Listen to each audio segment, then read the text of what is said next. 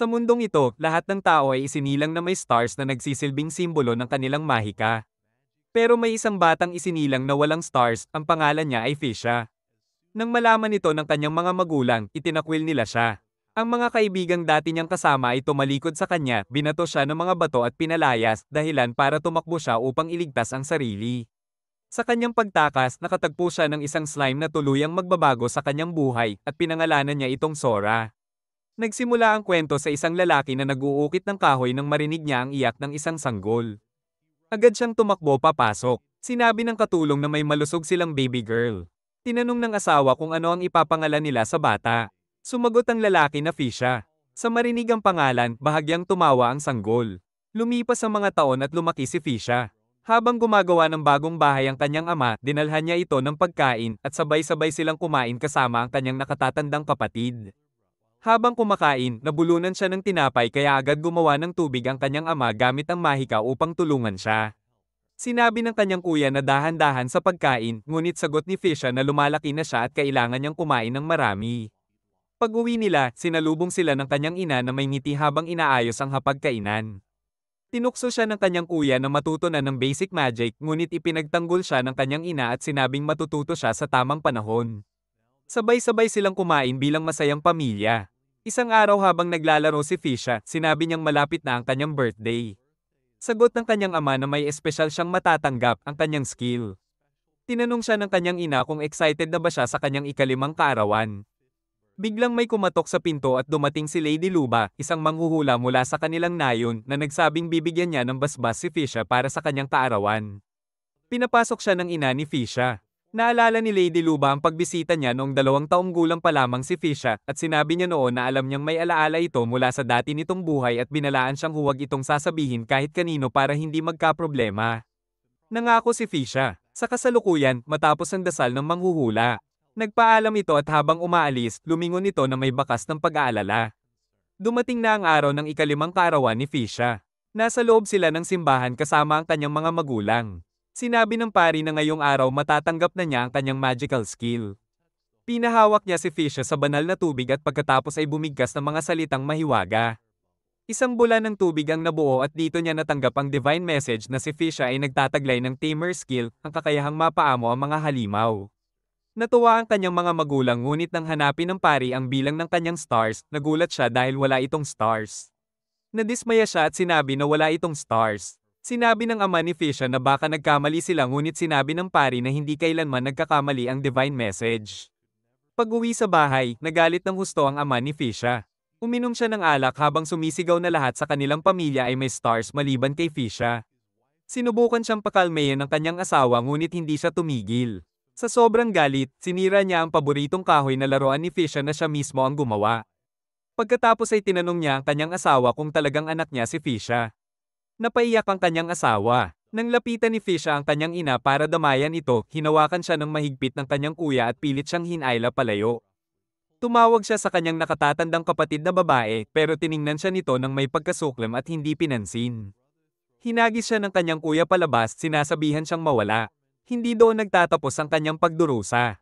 Paglabas niya, nalaman ng buong nayon ang mababang ranggo niya at nagsimulang butikyusan siya ng matindi. Nagsimulang maghagis ng bato ang mga bata, dahilan para siya ay malubhang magdugo at muling tumakbo para sa kanyang buhay. Habang humihinto siya, nakita niyang napapalibutan siya ng mga naninirahang nayon na may mapanirang tingin.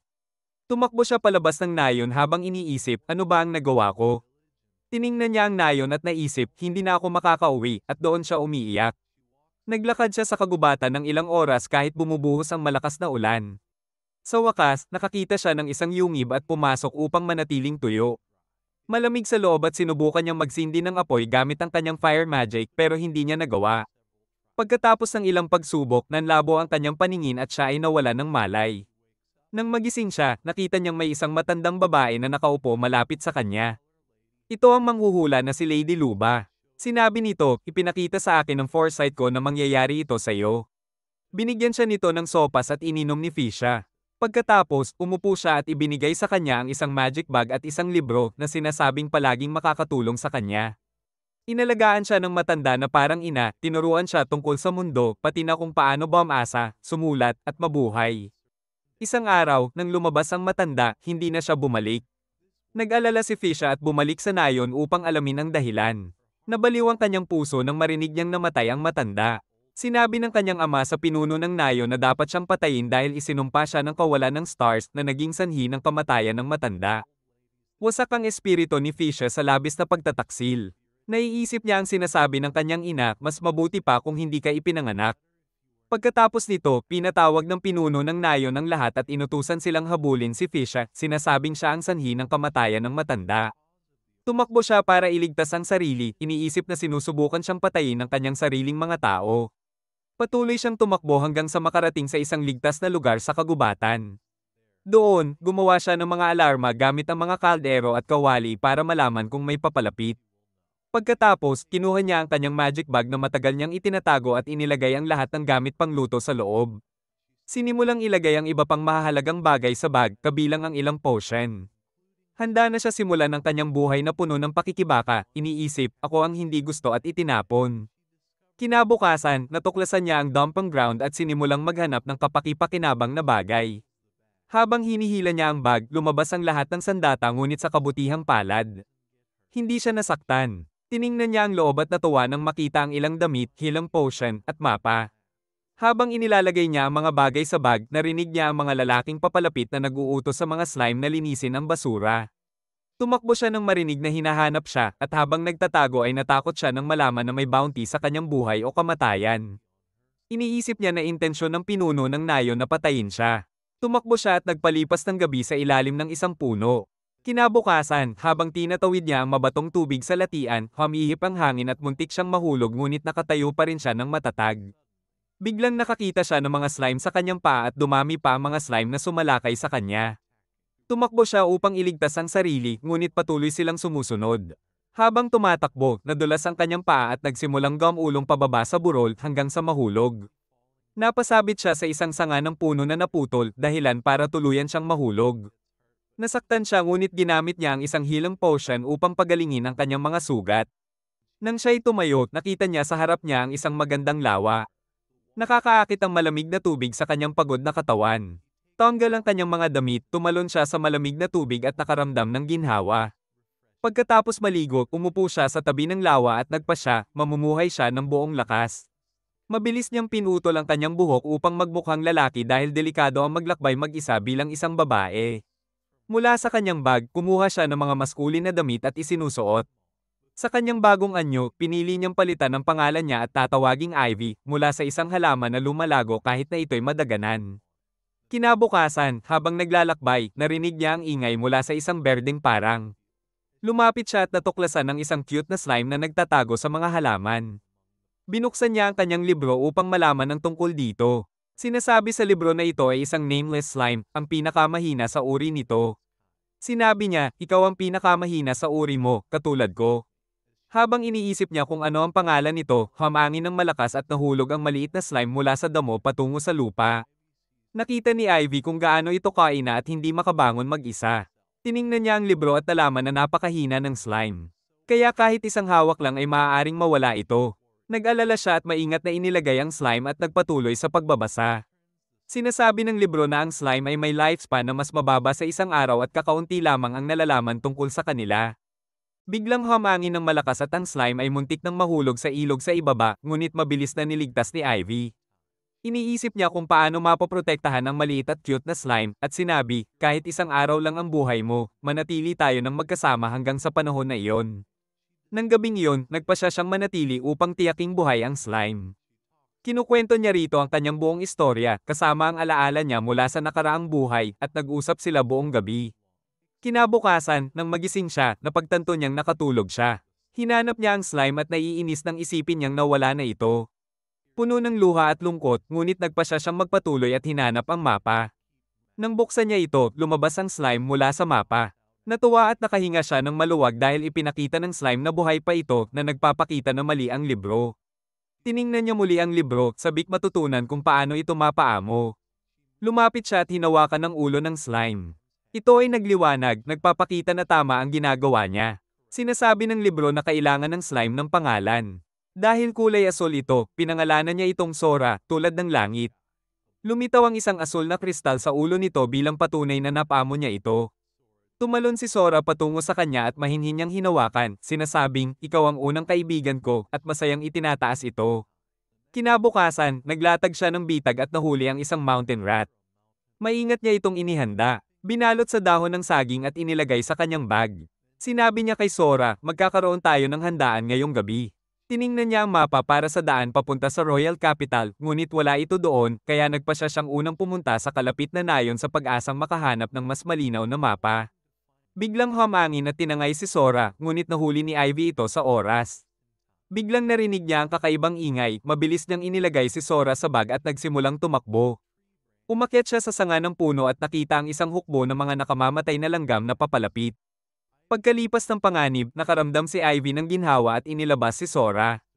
Nagulat siya nang mapansin na bahagyang lumaki at tumaba si Sora. Ngunit agad siyang napasigaw, Aray, nasugatan ako ng sanga kanina. Pagkatapos ay lapag si Sora, hinanap niya ang isang asul na potion para gamutin ang kanyang sugat. Dahil expired na ang mga potion, hindi sapat ang isa kaya ginamit niya ang lahat. Naghahanap pa siya ng iba pero wala na at sabi niya, Sora, siguro may nawala ako habang naglalakbay tayo. Nagpatuloy si Ivy sa kanyang paglalakbay at napansin ang kanyang wanted poster na may malaking bounty sa kanyang ulo. Pinunit niya ito at sabi, hindi na ako si Fisha, ngunit nakakita siya ng mas maraming poster at patuloy niyang pinunit lahat. Pagdating niya sa nayon, napansin niya na halos lahat ay gumagamit ng mahika kahit sa simpleng gawain. Nagpatuloy siya at napansin ang isang butcher shop. Pumasok ang ideya na ibenta ang mountain rat sa kanya, ngunit natakot siyang makilala bilang si Fisha at gusto niyang umalis. Napansin siya ng may-ari at hinarang. Tinanong siya, anong problema mo? Sagot ni Ivy, dito ako para magbenta ng karne. Habang iniinspeksyon ng may-ari ang karne, sinabi niya, amoy bago, na nagpakita na may 2-star odor skill siya. Ibinigay ni Ivy sa kanya ang lahat ng nahuling karne at binigyan siya ng may-ari ng 100 D coins. Nabiro niyang sinabi ay 100,000,000 D na nakalito kay Ivy. Pagkatapos, pumunta si Ivy sa isang bakery dahil nagutom siya. Lumabas ang may-ari at tinanong siya, ano ang gusto mong bilhin? Sinimulan ni Ivy pumili ng tinapay. Sinabi ng may-ari, magkakahalaga ito nang di iniabot ni Ivy ang pera at sinabi, narito ang 20,000,000 D. Tumawa ang may-ari, nakakatawa kang bata. Pagkatapos makuha ang tinapay, masayang lumakad si Ivy palayo. Umupo siya sa puno kasama si Sora, hinati ang tinapay at sinimulang kainin, ngunit napansin niyang parang ayaw kainin ni Sora ang tinapay. Kinabukasan, naglakad sila pabalik sa kagubatan upang manghuli ng mountain mice. Napansin ni Ivy ang isang dumping ground. Nakakita siya ng ilang healing potion, may mga expired, kaya sinimulan niyang piliin kung alin ang pwede niyang gamitin habang nanunood si Sora. Inilagay niya sa tabi ang asul na potion at inabsorb ito ni Sora. Binigyan niya si Sora ng basura na itapon ngunit tumanggi ito, binigyan niya ng asul na potion na naabsorb ni Sora, ngunit nang ibigay niya ang red potion, tumanggi ulit si Sora. Pagkatapos, pumunta si Ivy sa shop upang ibenta ang mountain rats at bumili ng tinapay. Pagkatapos nito, nag-enjoy siya sa tubig at habang kumakain ng tinapay ay binigyan niya si Sora ng asul na potion. Kinabukasan, habang naglalakad sa nayon, napansin niya ang ilang adventurers at na-realize niyang sila ang naghahanap sa kanya. Medyo natakot siya ngunit hindi siya nakilala at sa halip hiniling nila na isauli niya ang kanyang mahika. Tumakbo siya habang tinatawagan sila, iniisip na natakot siya sa maliit na bata. Habang tumatakbo, hinarang siya ng butcher at tinanong, may nahuli ka na bang field mice? Sagot niya, hindi pa. Ngunit napansin niya muli ang kanyang wanted poster kaya mabilis siyang tumakbo at sinabi, babalik ako mamaya. Pagdating niya sa bakery, sinabi ng may-ari, inihurno ko ang paborito mong tinapay ngayon. Kumuha ka, ngunit nakita ni Ivy ang wanted poster doon kaya tumakbo siya muli. Makikita natin si Ivy nakaupo sa sanga ng puno, umiiyak, hawak si Sora at nagtanong, sa tingin mo may lugar ba para sa akin kahit saan? Niyayakap niya si Sora habang papalubog ang gabi. Kinabukasan, habang naglalakad sa kagubatan, iniisip ni Ivy na lisanin na ang nayon dahil halos bawat lugar ay may poster niya. Bigla siyang huminto nang makita ang 200 at tiningnan ng mapa para malaman kung aling direksyon ang pupuntahan. Biglang nagsimulang manginig si Sora. Narealize ni Ivy na gutom si Sora at sinabi niya, ako rin, hanap tayo ng makakain. Habang naglalakad sila, napansin niya ang isang ilog at nagpasya siyang punuin ang kanyang water flask. Sa tabi niya, nakita niya ang isang puno ng prutas. Sinabi niya, Sora, dapat mo ring subukan ang bagong pagkain na ito. Lumapit siya sa puno ngunit mukhang natatakot si Sora. Mabilis na naintindihan ni Ivy kung bakit ito pala ay isang halimaw na puno na sumasalansang sa mga tao at nilunok ang isa sa kanila. Takot na takot, kinuha ni Ivy si Sora at tumakbo para sa kanilang buhay. Pagdating sa ligtas na lugar, napansin ni Ivy na nasaktan ng husto ang kanyang kamay. Nahihilo siya at na-realize na wala na siyang natitirang potion. Tumingin siya kay Sora at naisip kung baka kakain ito sa kanyang dugo dahil slimes ay halimaw at pwedeng kumain ng tao. Nawalan siya ng malay. Nang magising siya, gabi na. Napagtanto niyang hindi siya kinain ni Sora, kundi inalagaan at ginamo ang kanyang sugat. Tiningnan niya ang langit at naisip kahit kinain siya ni Sora, hindi iyon mahalaga dahil siya ay isang hindi kanais-nais na bata. Kinabukasan, ginaisan siya ni Sora na tumatalon sa paligid niya. Hinawakan siya ni Ivy at tiningnan ang kanyang sugat na ganap ng gumaling. Sinabi niya, Sora, sinagip mo ako. Ngunit ang sagot lang ni Sora ay, pupo. Masaya na sinabi ni Ivy. Sora, nakapagsalita ka na. Masayang itinaas niya ito sa hangin, sinasabing, Sora, pupo lang ang masabi mo. Damaloy ang kanyang mga luha at sinabi, wala na akong ibang kasama maliban sa iyo. Kinabukasan, habang nagsisimula ang umaga, paulit-ulit na sinasabi ni Sora ang pupu-pupo upang gisingin si Ivy, parang alarm clock. Pagkagising ni Ivy, sinabi niya, ipagpapatuloy natin ang ating paglalakbay, ngunit bago iyon, naupo sila upang kumain. Kumain si Ivy ng prutas habang kumakain si Sora ng potions. Biglang napansin ni Ivy na tumatalon at gumagalaw si Sora, at namangha siya. Hinawakan niya ito at sinabi, mukhang mas matatag ka na, Sora. Tumalon ulit si Sora at habang nag-iisip si Ivy, kumakain siya. Gumagawa si Sora ng ingay na nagpapakita na gutom pa ito, kaya nagtungo silang pareho sa dumping ground. Una, nakakita si Ivy ng mga damit sa loob ng kahon, pagkatapos napansin niya ang mga bote ng potion. Kinuha niya ang isa asul na potion at ininom ito ni Sora agad. Sinubukan niyang ibigay ang iba pang potion pero tumanggi si Sora. Ngunit nang ihalo ni Ivy ang mga potion at inalok muli, ininom ito ni Sora. Pagkatapos, nagpatuloy sila sa paglalakbay at mas mukhang malakas at mas masigla si Sora. Biglang napansin ni Ivy ang ilang berries at tumakbo upang kunin ang ilan. Sinubukan niyang ibigay kay Sora ngunit napangiwi ito at ayaw kainin. Pinitas ni Ivy ang berries at pagkatapos naupo sila upang kumain. Habang kakain na si Ivy, natapos na ni Sora ang kanyang bahagi kaya binigyan niya ng dagdag. Dahil nakikita niyang napakaraming kinain ni Sora, nag-alala siya. Binigyan niya pa ito ng dagdag at kinain ni Sora sa loob ng ilang segundo. Hinawakan ni Ivy si Sora at sinabi, gusto mo ba ng kwento bago matulog para hindi ka na humingi ng pagkain? Nakaupo sa puno, ikinwento niya kay Sora ang isang istorya na narinig niya noong bata pa siya. May isang world war at tinipon ng hari ang mga mangkukulam upang hulaan kung paano matatapos ang digmaan. Ipinakita ng hinaharap na ang digmaan ay magdudulot ng wakas ng mundo, kaya gumamit sila ng makapangyarihang mahika upang protektahan ang mundo. Ngunit ngayon, walang nakakaalam kung ano ang mahika. Sinabi rin na may isang bata mula sa ibang mundo ang darating at gagamit nito. Sa kwentong iyon, nakatulog sila. Kinabukasan, ginaisang uli ni Sora si Ivy tulad ng alarm clock, ngunit pinigilan siya ni Ivy. Nang suriin niya ang bag, sumigaw siya kay Sora dahil kinain nito lahat ng potion. Kinabukasan, nahuli nila muli ang mountain mice, ngunit paglapit nila, napansin nilang isang ahas ang nahuli sa halip. Naisip ni Ivy, siguro mabebenta ko rin ito, ngunit natakot siyang lumapit, kaya kumuha siya ng tela mula sa bag, nahuli ang ahas at itinali ito gamit ang lubid. Habang dadalhin nila ito upang ibenta, naamoy ni Ivy ang isang kakaibang amoy at tila natakot si Sora. Sinundan niya ang direksyon ng amoy at natuklasan ng isang patay na kabayo. Habang lumalapit siya, nakita rin niya ang maraming patay na lalaki. Labis siyang natakot kaya tumakbo siya, dala ang nahuling ahas. Patuloy siyang tumakbo hanggang sa makarating sa isang malayong lugar. Nang makita niya ang isang nayon sa malapit, pumasok siya at naisip, dapat may masabi ako tungkol dito. Nakita niya ang guild at pumasok. Tinanong siya ng mga tao sa reception kung ano ang nasa kanyang dala. Nang sinabi niya, may isang lalaki ang nagsabi na dalhin ang ahas sa merkado upang ibenta, hindi doon sa guild. Sinabi rin niya na may nakita siyang mga patay na katawan habang naglalakbay. Hiniling ng receptionist na lumapit at ibigay ang mga detalye. Habang ginagawa niya ito, may isang lalaki na lumapit at tinanong ang lokasyon at iniutos sa iba na pumunta sa lugar. Sinabi ng lalaki kay Ivy na magkakaroon siya ng reward kung tama ang kanyang impormasyon. Iniabot ng receptionist sa kanya ang isang dokumento at sinabing bumalik siya mamaya para kunin ang gantimpala. Pagkatapos, pumunta siya sa isang shop upang ibenta ang ahas. Tiningnan ito ng lalaki at sinabi na isang unique snake ito at inalok siya ng 3 glit. Kinuha niya ang halaga na katumbas ng 30 na mountain mice at sinabi ng lalaki na kung makakakuha siya pa, dalhin sa kanila. Lumabas si Ivy na may pera at sinabi kay Sora, mamimili tayo ng pagkain mamaya. Pumunta siya sa dumping area at natuwa sa dami ng magic bags. Samantala, nakakita si Sora ng mga blue potion at ininom ang mga ito. Naiisip ni Ivy kung paano dadalhin ang napakaraming magic bags.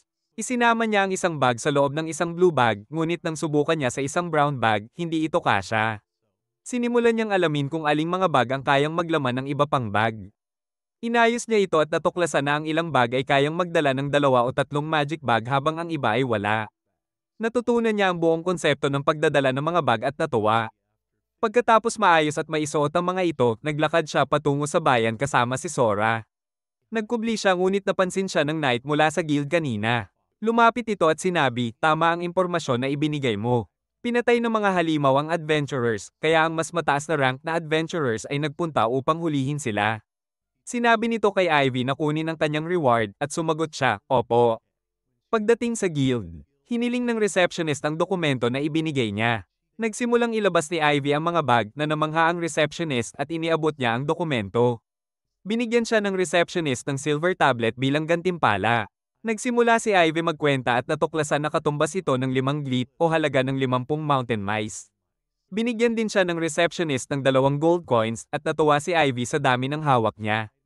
Kinuha niya ang mga ito at papalabas na, ngunit hinarang siya ng receptionist at sinabi, kunin mo ang iyong mga bag. Habang lumalabas siya, natatawa ang mga tao at na-realize niyang dahil yun sa mga bag niya. Pagsapit ng gabi, nag-enjoy ang mga tao sa kanilang oras. Kumain si Ivy at binigyan si Sora ng potion. Tiningnan niya ang mapa upang ipagpatuloy ang paglalakbay at humiga, sinasabi kay Sora, ang saya ng paglalakbay kasama ka. Kinabukasan, nalungkot si Ivy nang makita niyang nasira ang kanyang bitag. Sinabi ni Ivy, sa ganitong sitwasyon, hindi ako kikita ng pera, at sinuri ang kanyang bag upang makita kung magkano na lang ang natitirang pera. Tumalon si Sora patungo sa isang bagay at mabilis siyang sinundan ni Ivy. Pagdating nila sa mga palumpong, pumasok sila at nakita ang isang magical na halimaw na nasugatan. Hinanap ni Ivy sa kanyang libro at na-realize na mamamatay ang halimaw kung walang gagawin. Hinaplos niya ang halimaw at sinabing, takot ka siguro. Takot din ako nang malapit na akong mamatay. Naawa si Sora sa halimaw kaya tumalon ito at tinakpan ito. Nahil nito lahat ng sugat ng halimaw at namangha si Ivy. Naghintay si Ivy hanggang matapos si Sora sa paghilom ng halimaw, pagkatapos ay tumalon ulit si Sora pabalik sa kamay ni Ivy. Tinanong niya, tapos ka na ba? Lumapit ang halimaw sa kanila at natakot si Ivy, iniisip na baka siya atakihin, pero sa halip, ipinakita nito ang pagmamahal, parang nagpapasalamat sa kanya sa paghilom. Hinawakan ni Ivy ang halimaw at sinabi, ang cute mo talaga, habang ang sagot lang ni Sora ay, pupo. Habang naglalakad sila sa kagubatan, iniisip ni Ivy, may isa na akong kaibigan ngayon. Ngumiti siya at sinabi, dapat bigyan kita ng pangalan. Matapos ang ilang sandali ng pag-iisip, sinabi niya, ang pangalan mo ay Seal, na ang ibig sabihin ay langit sa ibang wika. Ipinakilala niya ang sarili, ako si Ivy, at ito si Sora. Habang naglalakad pa sila, naramdaman ni Ivy na may mga tao sa paligid at sinabi kay Sora na tumalon sa bag. Habang si Seal ay nagtago sa mga palumpong dahil delikado sa labas. Pagkatapos, dumating si Ivy sa New Town Gate. Tiningnan niya ang town guard na nakakatakot ang itsura. Biglang may dumaan na lalaki at sinabing, bata, huwag kang maglaro ng kalokohan sa iba. Nagulat si Sora sa lalaki. Nang papasok na ang lalaki, hinarang siya ng guard at tinanong, ano ang negosyo mo sa Lam Village? Sagot ng lalaki, may kaibigan ako dito. Naging suspetyoso ang guard dahil hindi mabanggit ng lalaki ang pangalan ng kaibigan niya. Itinulak siya ng guard sa pader at napunit ang bag niya. Bumagsak ang laman at may maliit na bag na pinunit ng guard at nakita ang alak sa loob. Hinawakan niya ang lalaki at sinabi, kaya pala nandito ka para ilegal na magbenta ng alak. Biglang dumating ang isa pang guard at sinabi, kriminal siya, pero huwag mo siyang masyadong galitin, at dinala siya sa kulungan. Habang pinapanood ang buong pangyayari, naisip ni Ivy, alam ko na masama na ang lalaking iyon. Ngayon, si Ivy naman ang dadaan sa gate at natatakot na siya sa guard. Dahan-dahang lumakad siya pasulong at hinarang siya ng guard. Nang lumingon siya, tiningnan siya ng guard ng may nakakatakot na mapanuring tingin. Biglang dumapo sa balikat ng guard ang isang langaw. Tinanong niya, anong problema? Sagot ni Ivy, may langaw. Ipinakita ng guard ang langaw at sinabi, salamat. Nang lalabas na si Sora. Tinanong ng guard, kanino ka kabilang na pamilya? Sagot ni Ivy, galing ako sa Lomi Village. Sinabi ng guard, narinig ko, mahirap sa Lomi, pero ngayon na nandito ka sa LOM, ayos na ang lahat at pinayagan siyang pumasok. Pagpasok niya sa nayon, namangha siya sa laki nito.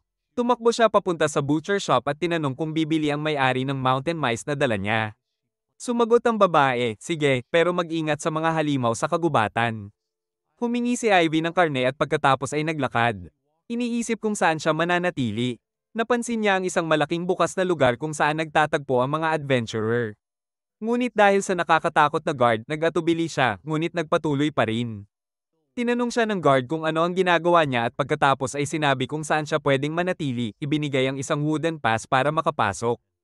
Pumasok siya, binuksan ang kanyang banig at humiga, napansin niyang lahat ay may tent habang siya ay nakalapat sa banig. Sinabi ni Ivy kay Sora, kung may tent din tayo, pwede kitang pakawalan. Pagkatapos ay naglakad siya patungo sa merkado upang bumili ng tent. Habang nag-iisip kung alin ang bibilhin, lumitaw ang gatekeeper at natakot siya, muntik nang mapaiyak. Sinabi ng isa pang guard, huwag takutin ng mga bata ng ganito. Ipinakilala ng gatekeeper ang sarili, ang pangalan ko ay Ogo. Sagot ni Ivy, ako si Ivy. Sinabi ni Ogo, hayaan mo akong tulungan kang bumili ng tent. Medyo nag-atubili si Ivy ngunit sinabi niya sa sarili na hindi masamang tao si Ogo. Pumasok sila sa tindahan ng isang matandang lalaki. Sinabi ni Ogo sa matanda, may customer ka. Bigyan mo itong bata ng mura ngunit magaling na tent. Habang naghahanap ang matanda ng tent, tinanong ni Ivy, magkano karaniwan ng tent? Sapat ba ang isang silver tablet? Ang budget ko ay 5G, sagot ng matanda. 5G ang sinabi mo. Tinanong ng guard, saan mo nakuha ang ganitong malaking halaga?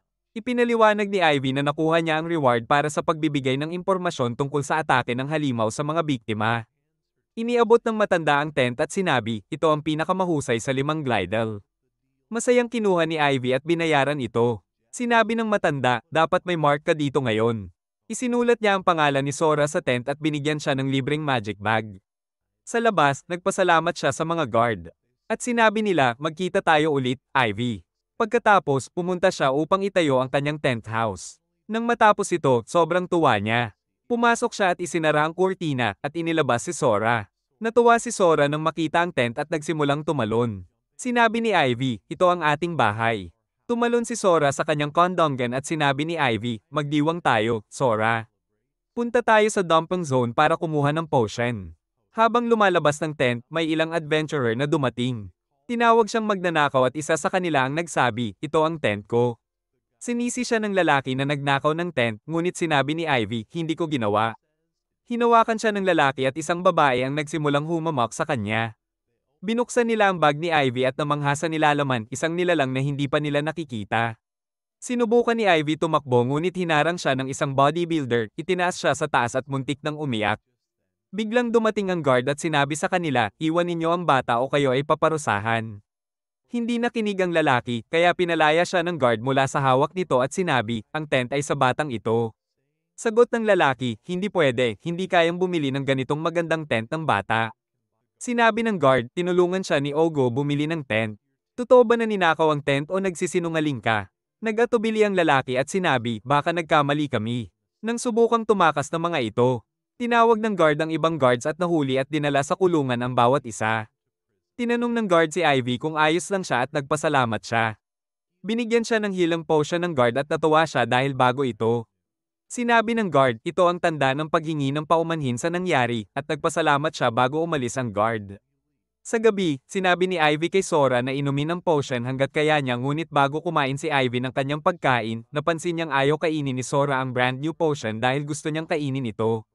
Sinabi ni Ivy, kailangan ko ito para gamutin ka, hindi mo pwedeng kainin. Kinabukasan, nagising si Ivy at sinabi kay Sora, tayo na sa pangangaso. Ipinaalam niya ito sa guard bago umalis. Habang naglalakad, nakasalubong niya ang maraming guard na nakakakilala sa kanya, nag-alok sila ng tulong at nagbigay ng regalo, at nagtataka siya kung paano nila siya nakikilala.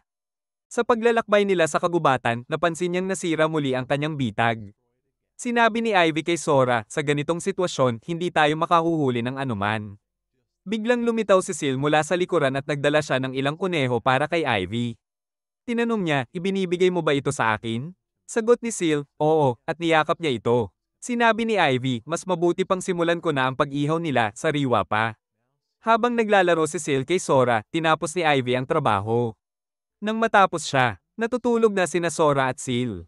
Ginaising niya si Sora at sinabi, tayo na. Rumerol si Sora patungo sa kanya, inalagaan siya ni Sil, at pagkatapos ay bumalik sa pagtago. Bumalik sina Ivy at Sora sa bayan. Dahil sa clumsiness ni Sora, nasaktan ito sa isang sanga. Pagdating sa butcher shop, sinabi ng may-ari, napakasariwa ng karne na ito, mukhang nahuli mo sila ng walang bitag. Ngumiti si Ivy. Binigyan siya ng pera ng may-ari at sinabi, sa ganitong kalidad, palagi kang welcome. Habang naglalakad si Ivy, nakasalubong niya muli ang mga guard na hamarang at nakipag-usap sa kanya. Nagkubli siya at nagtaka kung paano nila siya nakikilala. Lumitaw si V at tinanong, anong problema? Ipinaliwanag niya ito at sinabi ni V, si Otto yon. Sinabi niya sa lahat ng guard na bantayan ka. Namula si Ivy sa hiya. Kumaway si V bago siya nagpatuloy sa paglalakad. Napansin niya ang isang fruit shop at tumakbo papunta dito. Nakita niya ang zero fruit mula sa kanyang nayon, Lomi, na napakamahal. Sinabi ng tindero, masama ang ani nitong taon. Tinanong siya, galing ka ba sa Lomi? Sagot ni Ivy, oo, tumakas ako sa nayon. Sinabi ng tindero, dati, ang fortune under nila ay nagpe-predict ng harvest ng zero fruit na pangunahing kita ng nayon. Ngunit nagkasakit siya at hindi binigyan ng medicine ng village head kaya namatay. Sinisi niya ngayon ang isang batang nagngangalang Fisha at sinasabi sa mga taga-nayon na siya ay sinumpa. Naiyak si Ivy sa narinig. Dagdag pa ng tindero, ngayon, nasa financial crisis ang Lomi. Tumakas ka dahil doon. Sagot ni Ivy, oo. Binigyan siya ng tindero ng zero fruit bilang pampalakas ng loob, sinabing, marami kang kinakaharap na problema. Pagbalik sa tent, iniisip ni Ivy ang kanyang pamilya at nag-aalala kung maayos sila. Naiintindihan din ni Sora ang lungkot niya. Sinabi ni Ivy, itinakwil ako ng aking sariling tao at ngayon nasa lugar ako na hindi pamilyar, pero mababait ang lahat dito. Kinuha niya ang prutas at sinabi, parang tahanan ko na dito. Sinubukan ni Sora magsalita sa pamamagitan ng pagtatalon, ngunit sinabi ni Ivy, hindi kita maintindihan. Kinain niya ang prutas at naalala ang sinabi ng matandang babae na kung maglalakbay siya sa kapitbahay na kabisera o mga bayan, maaari siyang makahanap ng mabubuting tao na mapagkakatiwalaan. Kinabukasan, bago umalis sa Pangangaso, masayang bumati siya sa lahat. Pagdating niya sa kagubatan, naglagay siya ng bitag at sinabi, "Tara sa dumping ground para kumuha ng potion para sa'yo."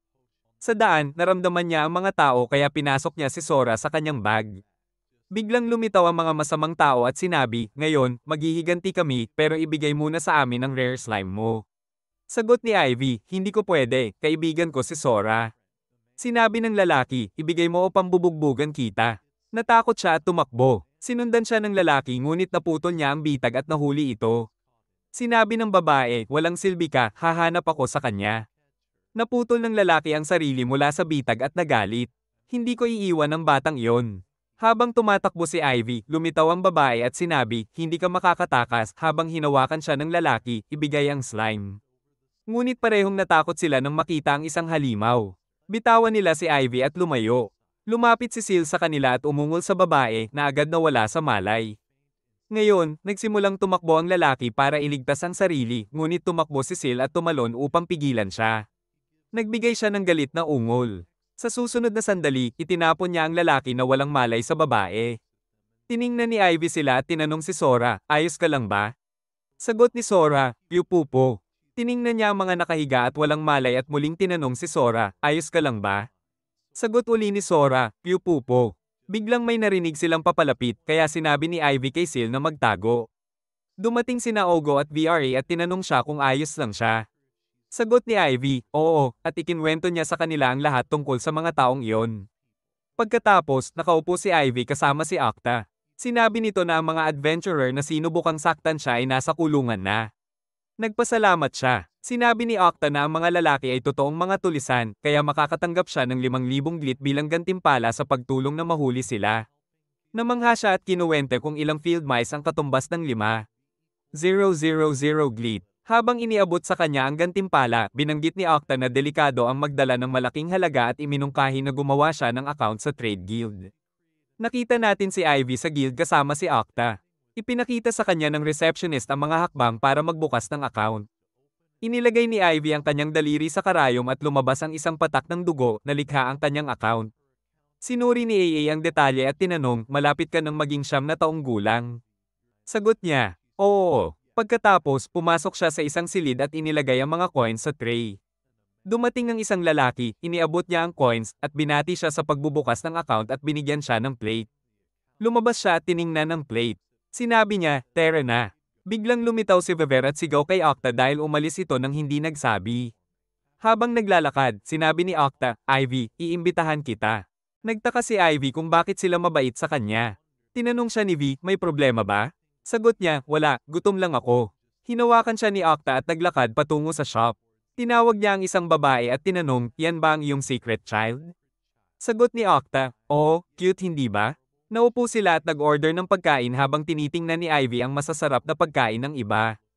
In-order ni Octa ang parehong pagkain para sa kanya at sinabi, "Marami akong in-order, kain mo ng buo."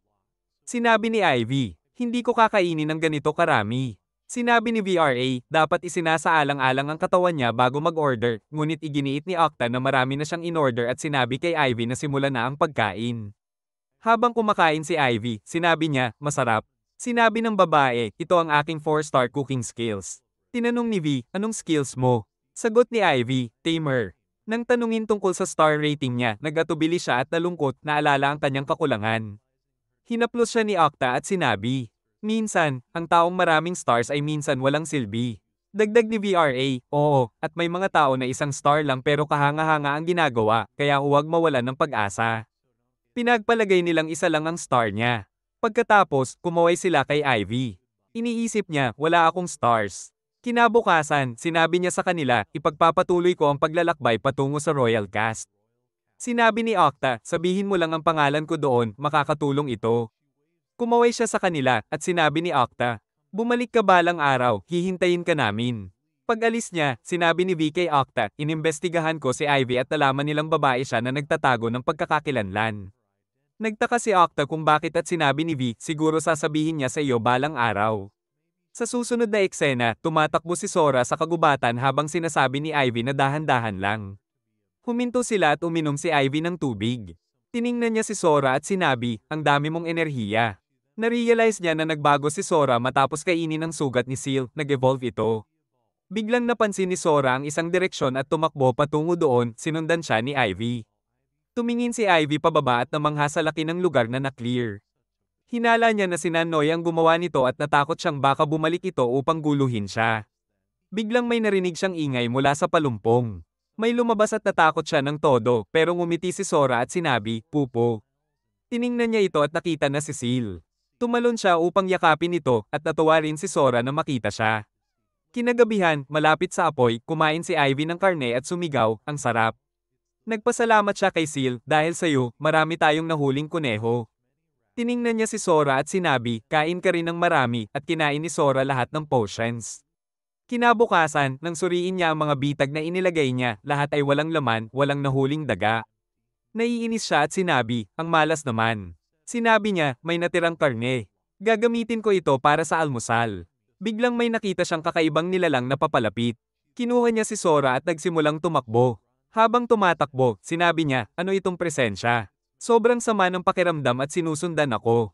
Pagdating niya sa gilid, napansin niyang wala ng daan pasulong. Tiningnan niya pabalik at naisip, parang tao, hindi halimaw. Biglang tumingin siya pababa at nakita si Seal na nagbigay ng malakas na ungol. Nang tiningnan ni Ivy yon, nawala ang nilalang. Nagtaka siya kung ano yon. Nagpatuloy sila sa paglalakbay sa Rocky Mountain, nakasakay kay Seal. Sinabi ni Ivy, komportable di ba, Sora? At nagpasalamat kay Seal. Habang nag-iisip siya tungkol sa hindi magandang presensya, biglang huminto si Seal at tila agresibo. Tinanong ni Ivy, anong problema? Nang tiningnan niya, may ogre na papunta sa kanila. Hinawakan ni Seal ang ogre gamit ang buntot at inilagay sa likuran. Nang lumapit ang ogre, handa na si Seal na umatake. Sinabi ni Ivy kay Sora na tumalon sa bag. Tumalon si Seal sa ogre at kinagat ito, pareho silang nahulog sa tubig. Natakot si Ivy at sumigaw, Seal. Tiningnan niya pataas at may mas maraming ogres na paparating. Nagsimulang tumakbo si Ivy habang hinahabol siya. Nakalapit siya sa isang lugar na maraming scarecrows na kasabit at nakakatakot ang paligid. Biglang narinig niya ang ogre na paparating kaya tumakbo siya para iligtas ang sarili. Habang tumatakbo, aksidenteng natapakan niya ang isang bitag, bumagsak ang isang log at nahulog siya, nakasabit sa puno. Hindi niya maintindihan ang nangyayari. Nang tiningnan niya, may ogre sa ibaba na tumalon para umatake, pero biglang may liwanag at isang malaking fireball ang sumabog, winasak ang ogre. Lumitaw ang isang lalaki gamit ang apoy at sinunog ang isa pang ogre. Sinabi niya, ito ang Firestorm Assault ko, at ipinakilala ang sarili bilang Lair. Nang makita niya ang isang bata sa bitag na napapalibutan ng apoy. Tumakbo siya at nagtataka, bakit may bata sa bitag? Biglang lumitaw ang isang archer at binaril ang bitag para mabasag ito. Habang nahuhulog si Ivy, sinunggaban siya ni Lair at sinabi, sakto lang.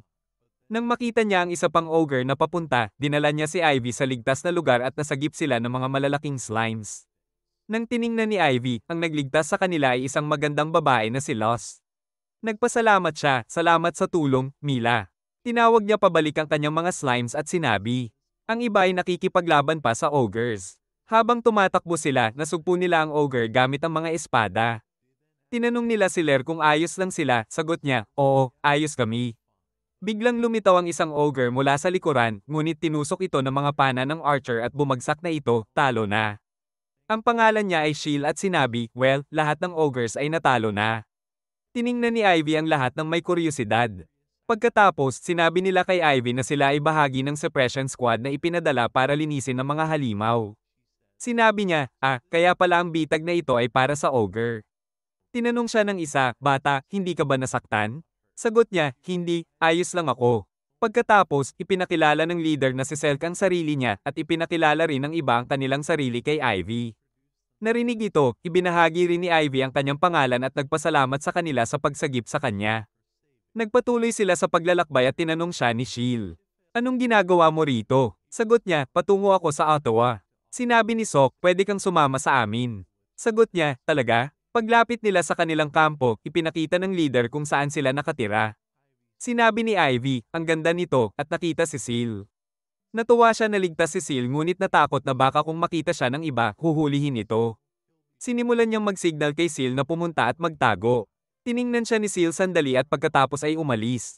Tinawag siya ni Elle at sinabi, kailangan nating pumunta rito. Tumakbo si Ivy at sinabi, oo, darating na ako. Pagdating sa kanilang kampo, namangha si Ivy sa dami ng adventurers. Sinabi ng leader, ito ang aming tent ng Blazing Sword. Sinabi ni Mila, Palem, magkikita tayo ulit. Dagdag pa ng leader, may meeting kami tungkol sa Monster Hunt. Kumaway si Ivy sa kanila habang nakatayo sa tabi ni Elle pagkatapos, sinabi ni Lair sa kanya, ako ang may duty sa pagluluto at umiiyak ako, hindi ko alam kung paano magluto. Tinanong siya ni Ivy, paano ka nagluluto? Sagot niya, gamit ang 3-star flame attack skills, I grill, I roast, at saka isinasawsaw sa asin at paminta. Ivy, tutulungan mo ba ako? Tumawa siya at sinabi, gawin natin ito ng magkasama. Sinimulan niya sa karne ng kuneho, ginamitan ng asin bilang seasoning, pinutol ang mga gulay, at pinirito ang karne bago ilaga kasama ang mga gulay sa palayok. Habang nagluluto, ipinaliwanag niya ang mga hakbang at sinabi niya, ang galing. Pagkakaayos ng hapunan, sinabi niya, sana magustuhan mo. Nakatingin lahat sa pagkain. Sinabi ng leader, Tara, tikman natin. Habang kumakain sila, nag-aalala si Ivy sa kanilang mga ekspresyon, ngunit sinabi nila, ang sarap. Lahat ay pinuri siya habang kumakain. Biglang lumitaw si Mila at sinabi, ang bango ng amoy. Sinabi ni Elle, dumating ka sa tamang oras. Sinabi ni Mila, mukhang masarap, at habang nakaupo sila, tinikman niya at sinabi, yummy. Sinabi ni Ivy, masaya ako na nagustuhan mo. Tinanong ni Shiel, Elle, pinagawa mo ba siyang magluto mag-isa? Sagot ni Elle, hindi, ginawa namin ito ng magkasama. Sinabi ni Ivy, oo, ginawa natin ng sabay. Sinabi niya, pinahusay ko ang init ng apoy at habang tumutok sa langit parang fireworks. May naisip si Ivy. Tinanong siya ni Nila, anong problema? Sagot niya, kung may mas maraming klase ng metal. Kumuha si Mila ng mga metal at tuwang-tuwa si Ivy, sa mga ito, makakagawa tayo ng mas magagandang apoy. Inikling niya ang mga metal sa tela at ibinigay kay Lair. Pinutok niya ang mga ito sa langit gamit ang apoy at nasaksihan nila ang makukulay na fireworks. Patuloy si Elle sa pagpaputok at napakaganda ng fireworks. Namangha ang lahat kasama si Seal na masayang nanunood mula sa malayo, nakaupo sa ibabaw ng bato. Pagkatapos, dinala ni Lair ang mga plato para hugasan. Sinabi ni Ivy, iwan na lang dito, ngunit sinabi ng leader, Ivy, magpahinga ka, kami na ang bahala. Sinabi ni Ivy, pakiusap, gusto kong maging kapaki-pakinabang. Sagot ng leader, sige. Gawin natin ito ng magkasama. Pumayag siya. Sinabi ni Elle, ang cute mo, at niyakap siya. Bago matulog, binigyan niya si Sora ng potions para kainin at pinakain ito ni Sora. Pinagsuklay niya ang buhok ni Sora at sinabi, maganda ang mga tao rito. Samantala, nag-uusap ang lahat tungkol kay Ivy. Napansin nila na naglalakbay siya ng mag-isa at mukhang mahina sa katawan. Sinabi ng leader, mukhang natatakot si Ivy na itatapon siya kung hindi siya kapaki-pakinabang. Tahimik na nakikinig si El kinabukasan, nakakita si Ivy ng isang kahon na puno ng lumang potions. Habang pumipili siya para kay Sora, nakita niya ang mga slimes. Lumitaw si Mila at sinabi, "Hi," at iniutos sa kanyang mga slimes na tanggalin ang basura. Tinanong ni Ivy kung may alam siya tungkol sa mga disintegrating slimes. Sagot ni Mila, bihira ang ganito, at kung mahuhuli mo ng buhay, maaari mo itong ibenta sa malaking halaga. Biglang nakaramdam muli si Ivy ng kakaibang presensya. Tinanong siya ni Mila, anong problema? Bago siya makasagot, may lumitaw na iba na may mga kahon ng basura at inilagay ito sa paligid. Sinabi ni El, tapos na kami sa paglilinis, ipagpatuloy natin ang paglalakbay. Natuwa si Ivy sa ideya ng pagpunta sa bagong bayan ng Aawa. Bago umalis, nag-enjoy sila sa huling araw doon kasama ang beer. Nag-grill si Ivy ng karne para sa grupo at inihain ito sa kanila. Habang kumakain sila, naglabas siya ng meat soup din. Sinabi ng leader, nakakapanatag ng katawan ito. Uminom si El at sigaw, ang init nito. Biglang nag-alala si Ivy kay Sil na nakahiga lang sa bundok. Lumitaw si Mila at sinabi sa kanila na makipagkita sa kanyang kapatid. Habang nag-uusap, namangha si Ivy at sinabi, pareho kayo ng hitsura. Ipinakilala ni Ivy ang sarili at sinabi ni El na ang kanilang grupo ay tinatawag na Green Gale. Ibinunyag ni nila na ang kanyang mga kapatid ay kambal. Lumapit ang kambal at sinabi, matalino ka, bata. Ngumiti si Ivy. Biglang lumapit ang ilang lalaki at sinabi ni Tolto, umalis tayo.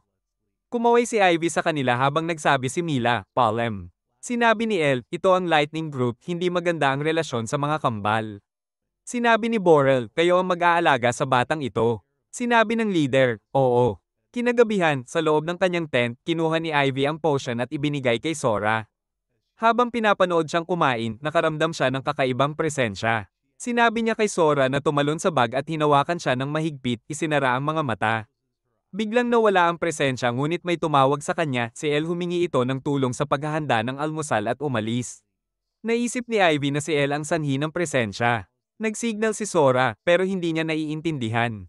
Sinabi ni Ivy, Tamer, tulad ni Mila, sana naintindihan mo, at nanginginig si Sora sa takot. Naalala ni Ivy na ganoon din ang kilos ni Sora noong malapit siya sa lalaking nagbebenta ng illegal na alak. Kinabukasan, pagdating nila sa AOL, tinanong siya ng guard na ibigay ang detalye. Tinanong din kung may dala siyang patunay ng pagkakakilanlan. Kinuha niya ang kanyang account stone, kumislap ito na nagpapatunay ng kanyang pagkakakilanlan. Punuin niya ang form at ibinigay ng guard ang permit.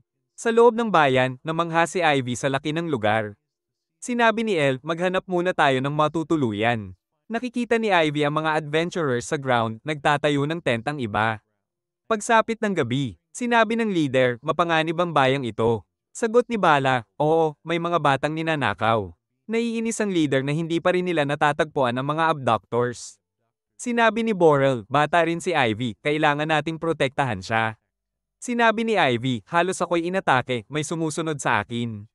Binuksan nila ang veil upang hindi marinig ng iba. Ikinwento niya na may nakakasuklam na presensya na humabol sa kanya at may halimaw na nagpalayo rito.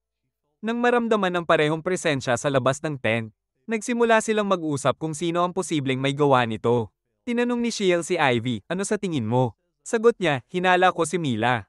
Tinanong ng leader, sigurado ka ba? Natakot siyang magsabi dahil baka malaman ni Sora, kaya sinabi niya, pakiusap, kalimutan niyo na ang sinabi ko. Pagkatapos, sinabi niya kay Sora, hindi ko pwedeng sabihin sa kanila tungkol sa'yo. Ngunit naalala niya ang payo ng matandang babae tungkol sa pagtitiwala sa mga kakampi kapag oras na. Kinabukasan, lumabas siya ng tent at muling gumawa sila ng veil. Sinabi ni El, tama ang sinabi mo, may madilim na bahagi si Mila. Ang lalaki ay nagbabantay sa kanila. Ang mga kapatid ni Mila ay may lihim na pag-uusap sa isang mga ngalakal. Pag-alis ng mga ngalakal, siniyasat nila. Sinabi nila, binigyan namin siya ng direksyon. Pero bakit kailangan pang gumamit ng veil para pigilan ang tunog? Nagsimula silang mag-isip kung ano ang mga lihim na ginagawa ni Mila at ng kanyang mga kapatid. Maingat na nakikinig si Ivy. Nagpasalamat ang leader sa kanya sa pagbibigay alam tungkol sa kaina-hinalang kilos ni Mila. Sinabi ni El, salamat, Ivy. Sagot niya, pinaniwalaan niyo ang sinabi ko. Naantig siya at naisip, wala akong halaga, pero nagtitiwala sila sa akin. Tinanong ni LRA, ayos ka lang ba, Ivy? Sagot niya, may kailangan kong sabihin. Mabilis siyang tumakbo sa tent, binuksan ang bag at sinabi kay Sora na lumabas. Ikinwento niya kay Sora ang tungkol sa naranasan niya. Namangha ang lahat na kayang maramdaman ni Sora ang masamang tao. Sinabi ng isa, ang cute niya. Hinawakan niya si Sora at sinabi, ito ang kaibigan ko. Lumapit si Rickelt kay Sora at pinapampers siya, sinasabi, ang adorable. Nag-uusap ang iba na narinig lang nila ang tungkol sa transparent slimes at kwento lang. Hindi nagustuhan ni Sora ang pampering ni Rickelt. Kaya dinala siya at binugbog habang umuubo siya sa kondongan ni Ivy, pakiramdam niya ay nakarelax. Pinanood siya ni Ivy. Sinabi ni Elle, tingnan natin kung kaya ng slime na makita ang kasinungalingan. Sinabi ni Rickelt, ako si Lair, at nanginginig si Sora dahil sa kasinungalingan. Sinabi ni LRI, uminom si Malry ng alak ni Chiil ng palihim. Narinig ito ni Chiil at nagalit. Pinatunayan ni Sora na totoo. Tumakbo si Malry at hinabol siya ni Chiil para saktan. Sinabi ni Rickelt, ang galing ni Sora bilang slime. Sagot ni Ivy, oo, siya ang mahal kong kaibigan. Ngumiti si Sora. Sa gabi, kumain silang lahat ng sabay at pinag-usapan kung paano nila mahahanap ang organisasyon sa likod ng mga kidnapping.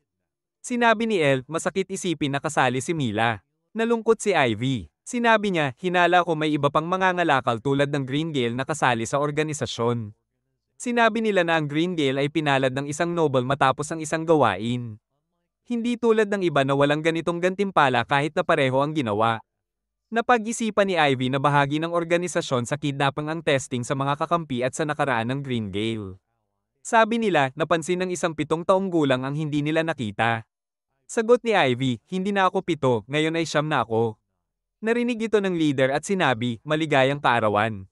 Nagsimulang pumalakpakan ng lahat, binabati siya. Sinabi ni Shiel, happy returns, Ivy. Namula si Ivy at sinabi, salamat, at naalala niya, matagal na mula nung huli siyang binati. Pagkatapos, sinabi ng leader, Ivy, kailangan namin ng tulong mo sa pagtukoy ng mga tridor.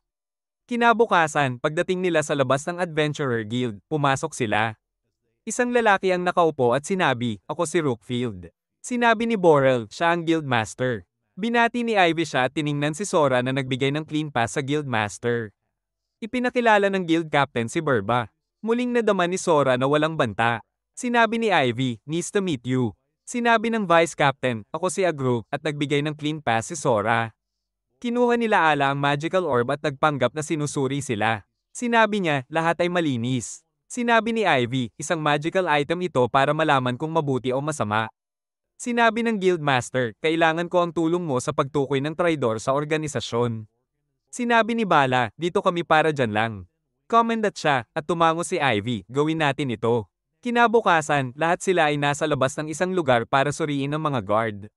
Sinabi ni Agro, ito ang bahay ng merchant na dati ay base ng organisasyon. Lumapit sila sa mga guard at nakipag-usap ang kanyang kapitan sa kanila.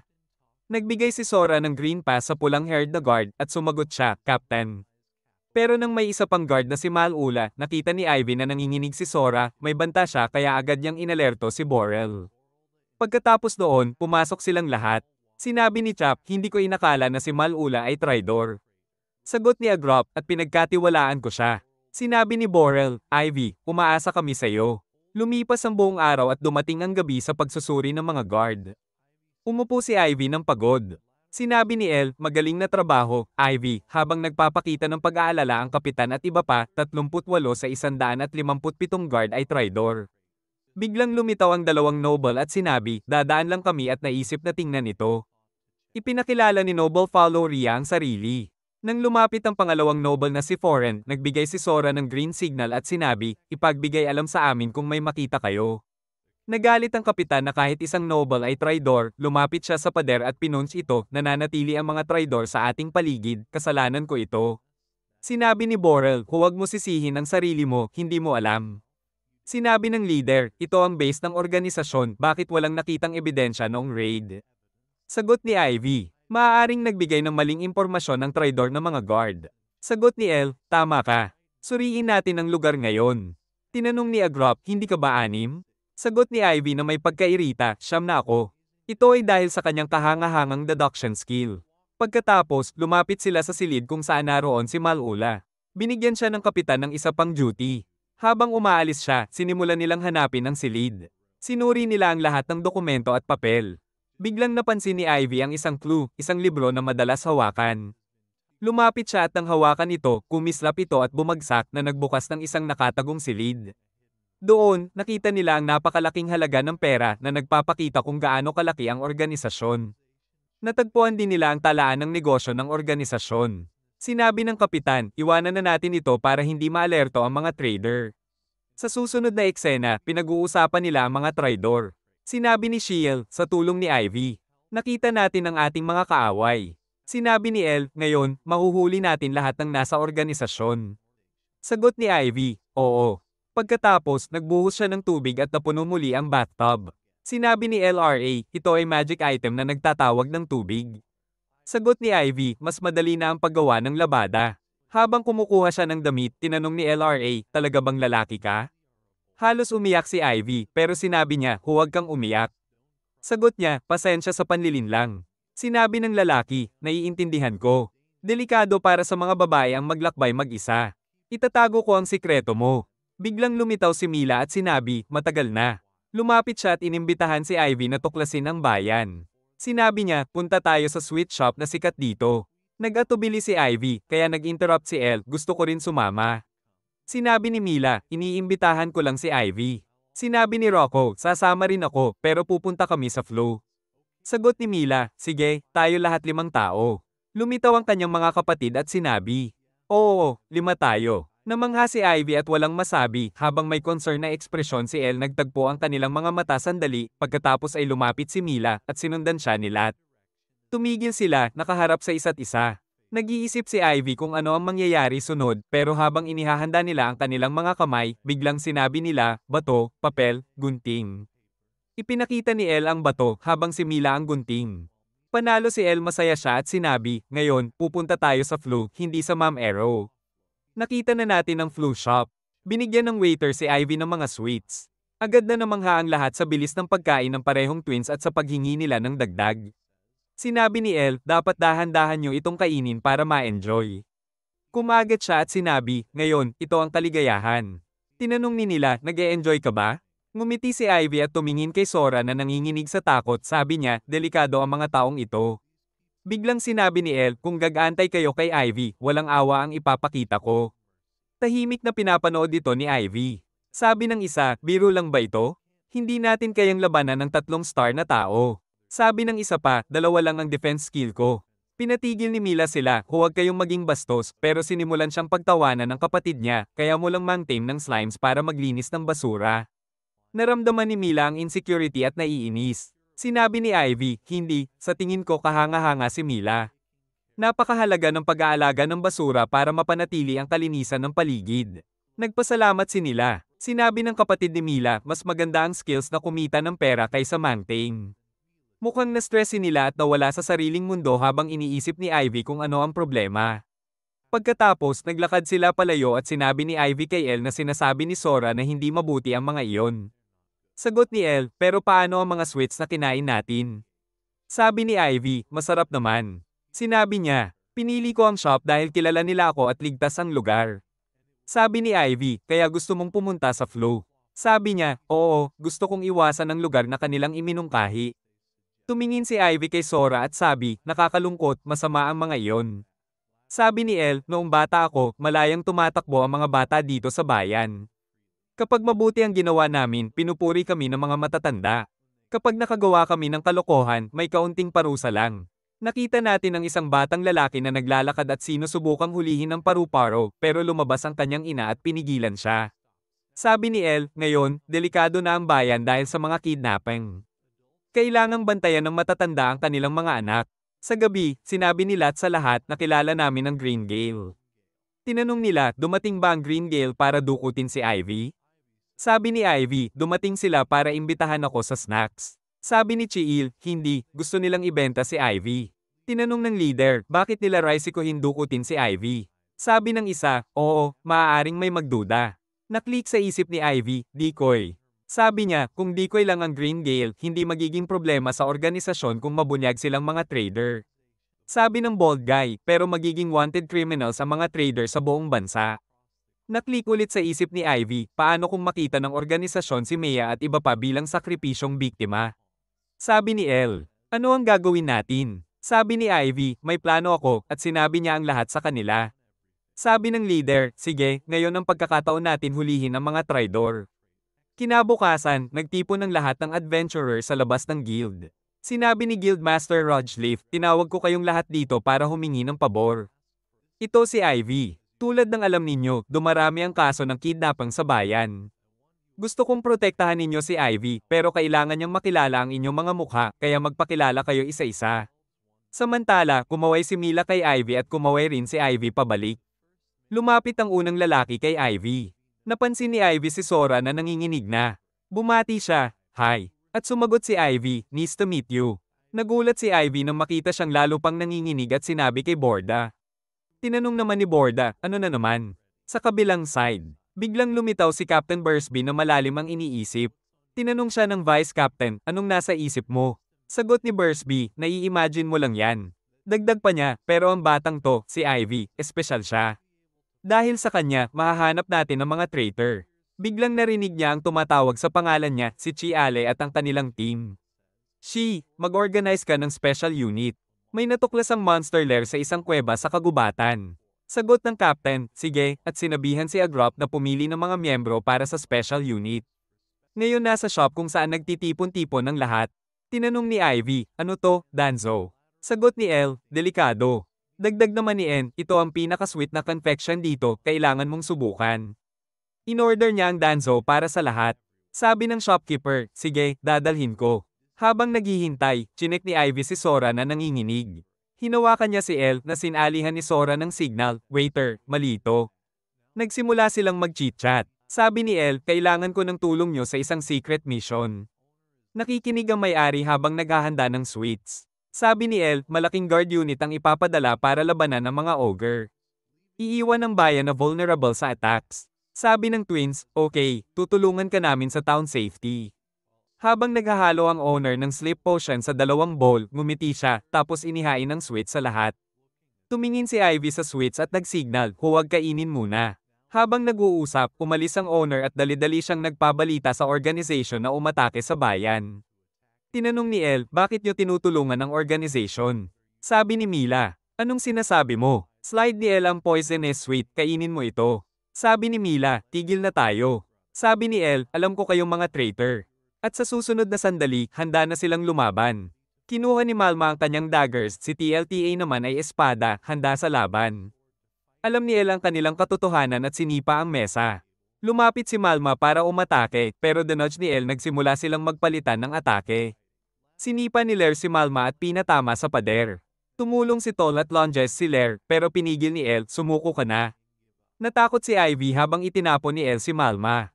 Bumangon si Malma para lumaban, pero patuloy ang dodging ni Elle. Biglang sinabi ni Ivy kay Elle, tumingin ka sa likod mo. Lumapit si TLTA para umatake, pero pinaputok siya ni Elle ng flame.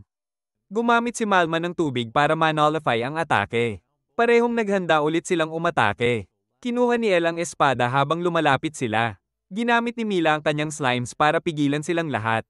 Habang abala sila sa slimes, nagkaroon si Elle ng pagkakataon umatake at natalo ang mga ito. Sabi ni Mila, pasensya sa betrayal, pero sagot ni Ivy, salamat sa pag-stop sa twins. Biglang dumating ang kaibigan ni Elle at tanong, ano ba talaga ang nangyayari? Sabi ni Elle, tulungan niyo kaming ibalik sila sa tamang lugar. Balik sa palace, nakatayo ang guard sa kanilang duty. Biglang umatake ang mga tao ng organization. Nakipaglaban ng guards habang ang ilan ay pumunta sa trader guard. Nagsignal sila sa isa't isa at pumasok sa isang room. Pumasok din si Trader Nobel. Good job, sabi niya, at sinubukang itulak ang book. Bumukas ang secret room at nakita niya ang sleep bomb, nagulat siya. Biglang sumabog ang isa sa sleep bombs, kumalat sa buong palace. Hindi makahinga ang mga tao ng organization at nawalan ng malay. Balik sa room na may bomb blast, nagtangkang tumakas ang grupo pero nawalan din ng malay. Samantala, dadalhin ni Captain ang special unit para hulihin ang ogres. Sabi ni Agrop, trader sa likod natin, handa na tayong pabagsakin. Sabi ng Captain, mga handgal sila. Binigyan niya si Agrop ng isang device. Tinanong ni Agrop ng may pag-aalala, okay ba itong gamitin? Sabi ng captain, oo, okay lang. Handa na ang mga traders na umatake gamit ang espada. Napagtanto nilang umatake na ang traders. Kinuha ng dalawa ang kanilang mga palaso para umatake. Sabi ng captain, Agrop, maghanda. Habang umatake sila, dinodge ni Agrop ang mga palaso at binuksan ng captain ang net. Habang nagpupumilit silang makalabas, ginamit ng captain ng kuryente para paralisahin ang magic nila.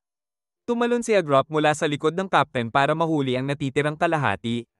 Samantala, nagsimula ring lumaban ng leader laban sa mga trader adventurers at sinimulan din ng kanyang mga kaibigan na talunin sila. May isang lalaki na nagtangkang gumamit ng kutsilyo pero natanggap ang malakas na sipa. Pinukol ni Chiil ang mga ito gamit ang bat. Sinubukan ng isang lalaki na umatake kay Baldy pero pinakita nito kung nasaan ang lugar niya. Sabi ng leader, hulihin ang lahat ng traitor. Binigyan ni Baldy ng headshot ang isang lalaki matapos mahuli. Sabi ng captain, hindi nyo na kami maloloko. Ginamit ni Agrop ang kuryente para lalong paralisahin sila. Balik sa palas, sabi ng captain, nahuli na natin lahat ng traitor. Nagpasalamat ang leader kay Ivy sa pagtukoy sa mga traitor. Sabi ni Baldy, ngayon, ligtas na ang bayan. Galit ang isang Trare Noble habang dinadala siya sa bilangguan. Sabi ni Noble Foreign, wala na kayong makakatulong sa inyo ngayon. Samantala, galit ang mga tao sa bayan at hinahanap ang mga traitor. Sabi ni Baldy, delikado ito pero tumakbo ang captain patungo sa kanila. Sabi niya, tahimik kayo. Makakakuha sila ng parusa. Ngunit sumagot ang mga tao, ilabas ninyo sila, papatayin namin ang mga traitor. Sabi ng captain, kung mamamatay sila dito, magiging malaya sila. Pinapangako ko, makakakuha sila ng mabigat na parusa sa ginawa nila. Nakikinig dito, sabi ni Ivy, ang galing talaga ng captain.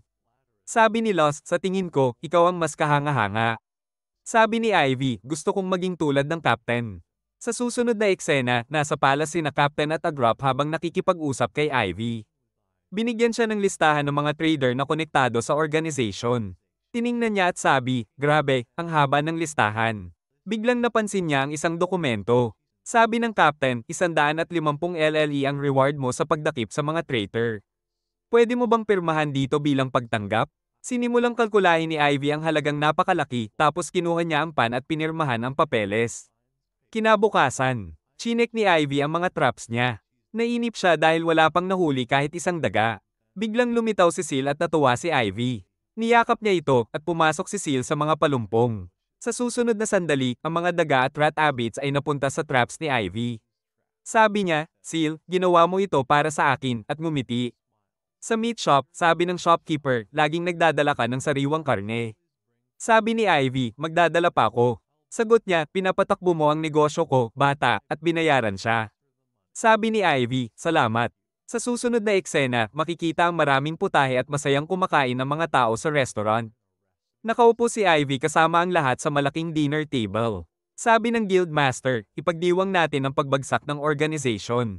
Sumigaw at nag-cheer ang lahat. Habang umiinom si Ivy, pinuno ng pagkain ang harapan niya ng lahat pagkatapos nito, sabi ng captain, nagsisi na si Noble Follow Rhea at isiniwalat ang lahat ng madilim na sikreto ng organization. Tuluyan ng nawasak ang organization. Sabi ni Ivy, ano naman ang tungkol kay En at sa kanyang mga kapatid? Sabi ng guildmaster, nasa bilangguan sila dahil sa pagtulong sa organization. Habang nasa bilangguan, sabi ni En, sa wakas, malaya na ako sa masamang gawain. Sabi ng guildmaster, sa wakas, makaka-relax na tayo. Sabi ni Ivy, gusto kong ipakita sa inyo ang isang bagay. Kinuha niya si Sora at sabi, siya ang tumulong sa atin. Sabi ng guildmaster, na ibalik mo ang kapayapaan sa bayan. Ngumiti si Sora, at tinanong si Ivy, babalak mo bang manirahan dito sa bayan? Sabi rin ng captain, oo, gusto naming manatili ka sa amin. Naging emosyonal si Ivy at hinikayat din siya ng iba na manirahan kasama nila. Namangha siya at tanong, pwede ba akong manirahan dito? Naghihintay ang lahat sa kanyang sagot. Tumingin siya kay Sora at naalala ang sinabi ng matandang babae na kapag nakahanap siya ng taong mapagkakatiwalaan. Dapat niya itong sabihin tungkol sa sarili niya. Sabi niya sa lahat, kailangan kong sabihin ang isang bagay. Hinawakan niya si Sora at sinabi, ako ay ganap na starless. Namangha ang lahat sa kanyang sinabi. Nagpatuloy siya, noong ako'y 5 taon, humawak ako ng holy water sa simbahan. Ipinakita nito na ako ay isang starless tamer. Nagalit ang pari at sinabi, iniwan na ng Diyos ang batang ito. Pagkatapos noon, pinalayas ako sa bahay. Binato ako ng aking mga kaibigan. Tumakbo ako palabas ng nayon. Nasaktan, pero may isang mabait na babaeng fortune teller ang nag-ampon sa akin. Ngunit sa kabilang banda, sinabi ng pinuno ng nayon sa mga taga roon na ang mga stairless na bata ay nagdadala ng malas. Pinapadala nila ang mga tao para habulin ako. Patuloy akong tumakbo, malungkot at nasaktan, natatakot, iniisip kung hanggang kailan ako hahabulin. Kaya tumakbo ako at tumakbo hanggang makarating dito. Malungkot siya habang hawak si Sora at nakikinig ang lahat. Sabi ni El, naiintindihan ko. May napakalakas kang lakas. Sabi ng isa, ang lakas mo talaga, Ivy. Nandito kami para sa'yo. Unti-unting lumuluha siya. Sabi ng Guildmaster, ipagpapatuloy namin ang iyong sikreto. Sabi ni Agrop, dadalahin namin ang sikreto mo hanggang sa aming mga libingan. Pinunasan niya ang kanyang luha at sabi, gusto kong ipagpatuloy ang aking paglalakbay. Hawak si Sora, sinabi niya, hanggang ngayon, tumatakbo lang ako para sa buhay ko. Pero nakilala ko si Captain Octa at tinulungan niya ako ng marami nang hindi nagtatanong ng maraming bagay. Kagaya rin ng ginawa ninyo sa akin, iba kayo sa mga tao sa aking nayon o sa aking pamilya. Ngayon naiintindihan ko ang sinabi ng fortune teller. Kaya gusto kong makilala pa ang mga taong kagaya ninyo at sa paglalakbay ko, baka mas marami akong matutunan. Sabi nila, Ivy, ngayon ang paglalakbay mo ay para makahanap ng bago. Sabi niya, oo. Isa sa kanila ang niyakap si Sora at sabi, Mami miss kita. Sabi ng captain, gawin natin ang pinakamagandang oras kasama si Ivy. Sabi ni Ball Aura, bilang pag-alala sa pag-alis ni Ivy, ngayong gabi tayo ay i-inhuman. Nagsalo-salo sila at nagbahagi ng masasayang sandali. Pagkatapos, dinala ni Ivy si Sora sa tabi. Sabi ni Sora, Pupo. Sabi ni Ivy, ito ang tunay na kaligayahan, di ba? Kinabukasan, nagtipon ng lahat upang magpaalam kay Ivy. Sabi niya, handa na akong umalis. Tinanong ni El, hindi ka ba nakakalimot ng kahit ano? Sabi ng captain, sapat na yon, Ivy. Nag-ikot siya at nagpasalamat sa magic bags na madaling dalhin ang mga gamit. Binigyan siya ng lahat ng best wishes para sa kanyang paglalakbay. Sabi ng captain, Ivy, gumawa ako ng research tungkol kay Sora. Siya ang pinakamahina na slime na pwedeng item ng isang stairless. May isang bagay na naklik kay Ivy at binuksan niya ang bag, iniisip, dumating ako sa mundong ito para makilala si Sora. Sabi nila, bumalik ka kahit kailan at kumaway siya bilang pamamaalam. Pinanood siya ng lahat hanggang sa lumayo siya at biglang lumitaw si Seal na ikinagulat nila. Sabi ni Seal, stairless siya, pero natame niya ang pinakamalakas na halimaw. Pinamahal ni Seal si Ivy. Lumabas din si Sora at mukhang masaya. Pagkatapos noon, masayang nagpatuloy sila sa paglalakbay. Dito nagtatapos ang ating kwento ng masaya. Kung gusto ninyo ng susunod na bahagi ng video, magbigay ng 1,000,000 likes at mag-subscribe. Ibahagi ang inyong mga opinyon sa comment box, babasa ako ng lahat ng inyong komento. Kayo ang pinakamahusay.